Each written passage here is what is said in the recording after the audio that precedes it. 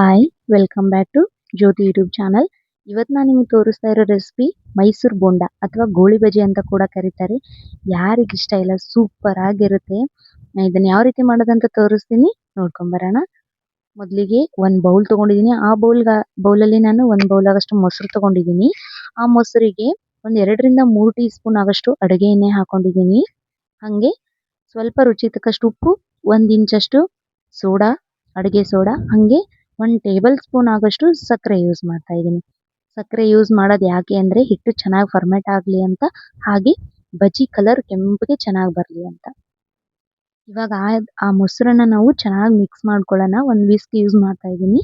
ನಿಮಗೆ ಬೇಕಂದರೆ ನೀವು ಮಿಕ್ಸಿ ಜಾರಲ್ಲಿ ಕೂಡ ಹಾಕ್ಕೊಂಡು 1-2 ನಿಮಿಷ ಮಿಕ್ಸ್ ಮಾಡ್ಕೋಬೋದು. ಈ ಮೊಸರನ್ನ ನಾವು ಎಷ್ಟು ಚೆನ್ನಾಗಿ ಮಿಕ್ಸ್ ಮಾಡ್ಕೋತೀವಿ ಅಷ್ಟು ಚೆನ್ನಾಗಿ ಹದ ಬರುತ್ತೆ. ಮಿಕ್ಸ್ ಮಾಡ್ಕೊಂಡಾದ್ಮೇಲೆ ಒಂದು 3-4 ನಿಮಿಷ ಮಿಕ್ಸ್ ಮಾಡಿಕೊಂಡು 1 ಬೌಲ್ ಆಗಷ್ಟು ಹಿಟ್ಟು ತಗೊಂಡು, ಮೈದಾ ಹಿಟ್ಟು ತಗೊಂಡಿದ್ದೀನಿ. ನಾವು ಯಾವ ಬೌಲಿಂದ ಮೊಸರು ತಗೊಂಡಿದ್ವಿ ಅದೇ ಬೌಲ್ ಈಕ್ವಲ್ ಕ್ವಾಂಟಿಟಿಲೇ ಹಿಟ್ಟು ತಗೋಬೇಕು. 1/4 ಕಪ್ ಆಗಷ್ಟು ಮೊದಲು ಹಾಕೊಂಡು ಸೇರಿಸ್ಕೊಂಡಿದ್ದೀನಿ. ಆಮೇಲೆ 1/4 ಕಪ್ ಆಗಷ್ಟು ಹಿಟ್ಟನ್ನು ಹಾಕೋತಾ ಇದ್ದೀನಿ ಹದ ನೋಡಿಕೊಂಡು. ನೋಡಿ ಈ ಥರ ರೆಡಿ ಆಗ್ತಿದೆ. ಈಗ ನಾವು ಇದನ್ನ ಮಿನಿಮಮ್ ಒಂದು 3-4 ನಿಮಿಷ ಇದೇ ಥರ ಸರ್ಕ್ಯುಲರ್ ಫಾರ್ಮಲ್ಲಿ ತಿರುಗಿಸ್ಬೇಕು. ಯಾವತ್ತೂ ಈ ಕೈನ ಹದಡ ಹಚ್ಚಿ ನಾದಬಾರ್ದು, ಯಾಕಂದರೆ ಗಟ್ಟಿ ಆಗಿಬಿಡುತ್ತೆ ಬಜ್ಜಿ.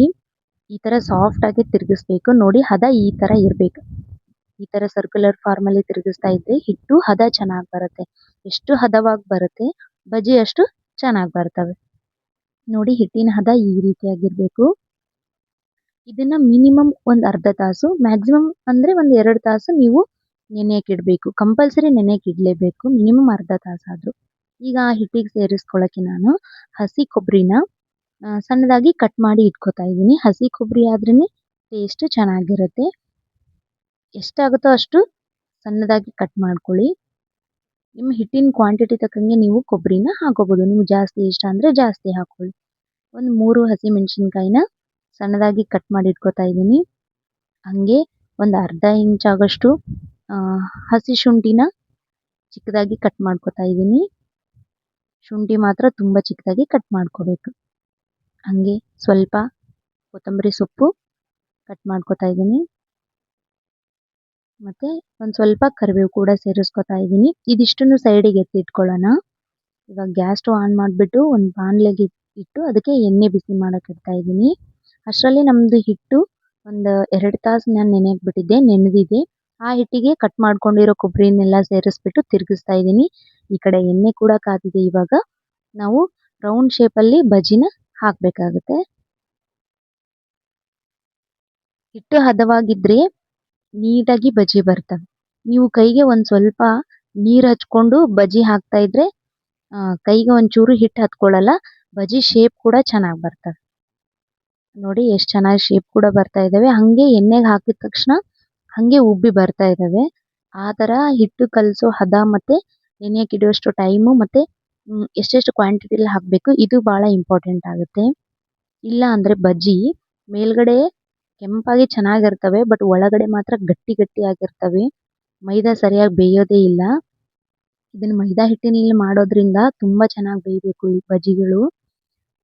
ಒಂದು ಸೈಡ್ ಎಲ್ಲ ಕೆಂಪಾಗಿ ಬೆಂದ ಮೇಲೇ ನಾವು ಇದನ್ನ ತಿರುಗಿಸಿ ಹಾಕಬೇಕು, ಒಂದು 2-3 ನಿಮಿಷ ಬಿಟ್ಟು. ಹೀಗೆ 2 ಕಡೆನೂ ಕೆಂಪಾಗಿ ಆಗೋ ಥರ ಬೆಳೆಸ್ಕೋಬೇಕು. ಗೋಲ್ಡನ್ ಕಲರ್ ಬರಬೇಕು. ಅಲ್ಲಿವರೆಗೂ ಇವನ್ನ ಎಣ್ಣೆಲಿ ಫ್ರೈ ಮಾಡಿಕೊಂಡು ಹಾಗೆ ಕ್ರಿಸ್ಪಿ ಆಗಬೇಕು. ಆಮೇಲೆ ಗ್ಯಾಸ್ ಸ್ಟವ್ನ ಯಾವಾಗಲೂ ನಾವು ಮೀಡಿಯಮ್ ಫ್ಲೇಮ್ನಲ್ಲೇ ಇಡಬೇಕು. ಹೈ ಫ್ಲೇಮ್ನಲ್ಲಿಟ್ಟು ಬೇಯಿಸಬಾರ್ದು. ಹೈ ಫ್ಲೇಮ್ನಲ್ಲಿಟ್ಟರೆ ಮೇಲುಗಡೆ ಕೆಂಪಗಾಗಿರ್ತವೆ, ಬಟ್ ಒಳಗಡೆ ಮೈದಾ ಬೇಯ್ದಿರೋದಿಲ್ಲ. ಹಾಗಾಗಿ ಮೀಡಿಯಮ್ ಫ್ಲೇಮ್ನಲ್ಲಿ ಇಟ್ಕೋಬೇಕು. ನೋಡಿ ಕಲರ್ ಎಷ್ಟು ಸಖತ್ತಾಗಿ ಬಂದಿದ್ದಾವೆ, ಅಷ್ಟೇ ಟೇಸ್ಟಿ ಕೂಡ ಇದ್ದಾವೆ, ಕ್ರಿಸ್ಪಿಯಾಗಿ ಕೂಡ ಇದ್ದಾವೆ. ಅದ್ರ ಜೊತೆಗೆ ಶೇಂಗಾ ಚಟ್ನಿ ಒಳ್ಳೆ ಕಾಂಬಿನೇಷನ್ ಆಗಿರುತ್ತೆ. ಬಿಸಿ ಬಿಸಿ ಬಜ್ಜಿನ ಚಟ್ನಿ ಜೊತೆ ತಿಂತಾ ಇದ್ದರೆ ಸೂಪರ್ ಆಗಿರುತ್ತೆ. ಹೊರಗಡೆ ಹೆಂಗಿರುತ್ತೋ ಗೊತ್ತಿಲ್ಲ, ಮನೇಲಿ ಈ ಥರ ಮಾಡ್ಕೊಳ್ಳೋದ್ರಿಂದ ಹೆಲ್ದಿಯಾಗಿ ಕೂಡ ಇರುತ್ತೆ. ನಿಮ್ಗೇನಾದರೂ ಈ ವಿಡಿಯೋ ಇಷ್ಟ ಆಗಿದ್ರೆ ಲೈಕ್ ಮಾಡಿ, ಶೇರ್ ಮಾಡಿ, ಹಾಗೆ ಸಬ್ಸ್ಕ್ರೈಬ್ ಮಾಡಿ. ಹೆಂಗಿತ್ತು ಅಂತ ಕಮೆಂಟ್ ಮಾಡಿ.